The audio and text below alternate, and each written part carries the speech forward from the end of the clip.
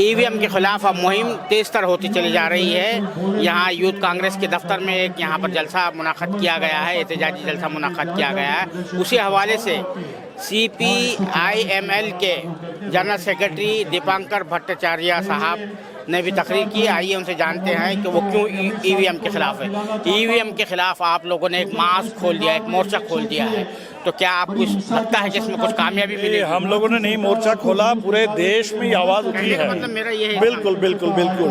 देखिए, चुनाव की विश्वसनीयता के लिए लोगों का भरोसा बना रहे, इसके लिए संविधान के मुताबिक वो चुनाव प्रक्रिया पारदर्शी होनी चाहिए, ट्रांसपेरेंसी चाहिए, चुनाव में न्यूट्रलिटी चाहिए, निष्पक्षता चाहिए। इसके लिए चुनाव आयोग, अब उसकी निष्पक्षता खत्म कर दी गई। जो पैसे की बात है उसमें इलेक्टोरल बॉन्ड के जरिए उसकी निष्पक्षता भी पारदर्शिता खत्म कर दी गई थी। अभी चुनाव आयोग ने ईबी को तो इलेक्टोरल बॉन्ड को खत्म किया, लेकिन जो पैसे जमा हो गए हैं 8,000 करोड़ कभी भारतीय जनता पार्टी के पास अकेले, वो तो उसके पास ही है। और ईवीएम आ गया मशीन, तो ईवीएम पर लगातार ये सवाल उठ रहा है कि भाई वोट हम किसी को दे रहे हैं, उसकी कोई गारंटी नहीं है कि वोट उसको मिल रहा है कि नहीं मिल रहा है। और दुनिया भर में हम देख रहे हैं कि ईवीएम खारिज करके लोग बैलेट की ओर लौट रहे हैं। तो हमारे यहाँ जबरदस्ती ये ईवीएम को थोपा गया है। ईवीएम पर डाउट था और तभी तो चुनाव आयोग ने वीवीपैट को इंट्रोड्यूस किया था। वीवीपैट का मतलब है voter verifiable paper audit trail, यानी वोटर के हाथ में पेपर आएगा, उस पेपर को वोटर वेरीफाई करके बताएगा हाँ हमने ऐसा ही वोट डाला।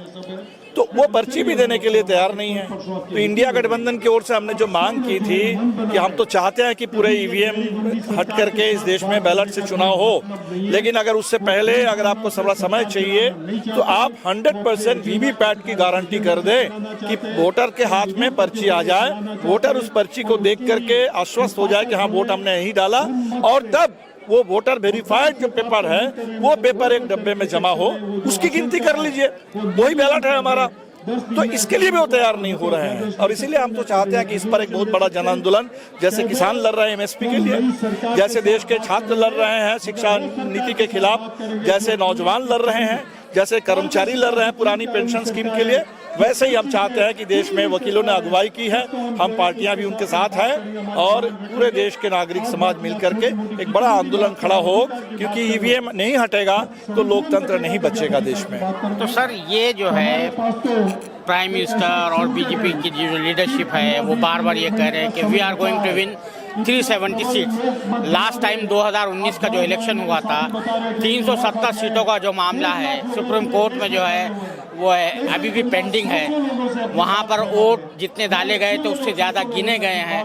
तो ये इसमें क्या रिलेशन देखते हो? रिलेशन देखते हो? यही रिलेशन दिख रहा है कि जो चंडीगढ़ में दिखा, जो चंडीगढ़ मॉडल है, आप देख लीजिए कि एक मेयर के लिए जहाँ सिर्फ वहाँ 30 वोटें थी, 35 वोट, 20 वोट आम आदमी पार्टी और कांग्रेस के पास, 15 वोट बीजेपी के पास, एक एमपी का एक ऑफिशियल वोट जोड़ लीजिए तो 16 वोट। किस तरीके से धांधली करके, हेरा फेरी करके, और जिसको चुनाव आयोग ने, हमारे सुप्रीम कोर्ट ने पकड़ लिया, लोकतंत्र की हत्या करार दिया। तो यही मॉडल है।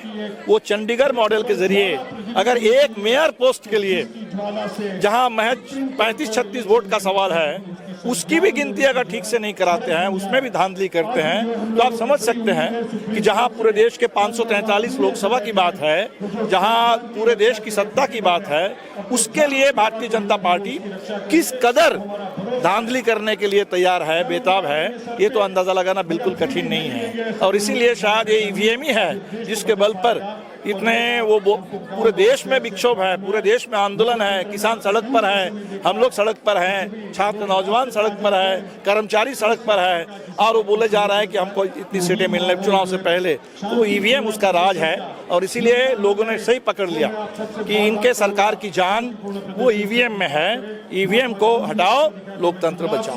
तो सर, ये जो है अगर ये तैयार नहीं होता है इलेक्शन कमीशन, तो what is the next course of action? हमें लगता है कि बिल्कुल दबाव बनेगा। सुप्रीम कोर्ट में भी केस है और जनता का दबाव काम करता है।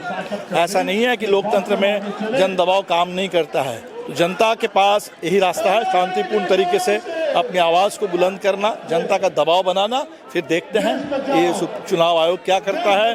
और सुप्रीम कोर्ट भी निश्चित तौर पर जो इलेक्ट्रल बॉन्ड के खिलाफ उन्होंने संज्ञान लिया, जो चंडीगढ़ के धांधली पर संज्ञान लिया, तो इस ईवीएम के सवाल पर भी, वीवीपैट की 100% गिनती के सवाल पर भी हमें उम्मीद है कि सुप्रीम कोर्ट को निश्चित तौर पर संज्ञान लेना होगा। अच्छा, एक और बात, you are the part of India alliance, वहाँ डेजर्टेशन का सिलसिला जारी है, you have very good base in Bihar, तो अब ये जो है पलटू राम जिन साहब को कहा जा रहा है, तो उसके क्या असरात होंगे वहाँ? कोई कुछ नहीं असर होने वाला है। 3 तारीख को हम लोगों ने गांधी मैदान में बड़ी रैली का ऐलान किया, पूरे बिहार में अभियान चल रहा है। और नीतीश जी क्यों गए वो तो नीतीश जी बताएंगे, लेकिन लोगों ने ये समझ लिया कि भारतीय जनता पार्टी किस कदर सत्ता के लिए भूखी है। और जो कल तक कहते थे कि नीतीश कुमार के लिए दरवाज़ा बंद है, कल तक जो बीजेपी के नेता मुरठा बांध करके घूम रहे थे कि नीतीश जी को सत्ता से बेदखल करके ही हम इसको उतारेंगे, आज ये सारे लोग समझौता क्यों कर लिए सत्ता के लिए? तो पूरे बिहार में जनता के अंदर इस समय भारतीय जनता पार्टी और नीतीश जी के खिलाफ बहुत ज़्यादा आक्रोश है। और मुझे लगता है कि वहाँ जो ओरिजिनल गठबंधन हमारा था, लेफ्ट के पार्टीज, माले, राष्ट्रीय जनता दल और कांग्रेस मिला करके महागठबंधन, वो बिल्कुल बहुत मजबूत है। और 3 तारीख गांधी मैदान से हम लोग ऐलान कर देंगे लोकतंत्र बचाओ देश बचाओ का। Thank you very much. ये थे दीपांकर भट्टाचार्य साहब, जिनका कहना है कि ईवीएम के नतीजे में इलेक्शन जो शफाफ होना चाहिए, जो गैर जानिबदार होना चाहिए, उस पर शुकों को शुबात बढ़ गए हैं। और ये जो ईवीएम हटाओ की मुहिम जो चल रही है वो आने वाले दिनों में और शिद्दत इख्तियार करेगी। और इलेक्शन कमीशन को इस बात का बिल्कुल ख्याल करना पड़ेगा, आवाम के दबाव के सामने झुकना पड़ेगा। ईवीएम कम से कम वो नहीं हटाती है तो कम से कम जो वीवीपैट है, यानी जो पर्ची निकलती है, उनकी काउंटिंग, पूरी काउंटिंग उसको करना पड़ेगी। अलावादी उनका ये भी कहना है कि बिहार में जो जनता दल यू यानी नीतीश कुमार साहब ने जो पलटी मारी है, फिर से उन्होंने पाला बदला है, उसके बिहार में जो है कोई अच्छे असरात उनके लिए यानी जनता दल यू के लिए और बीजेपी के लिए नहीं पैदा होंगे, उनके इम्कानात और मादूम होंगे। और 3 तारीख को पटना में एक उन्होंने बड़ा 3 मार्च को एक बड़े जलसे का पटना में ऐलान किया है। कैमरामैन जीशान राय के साथ मैं अब्दुल बारी मसूद, नई दिल्ली।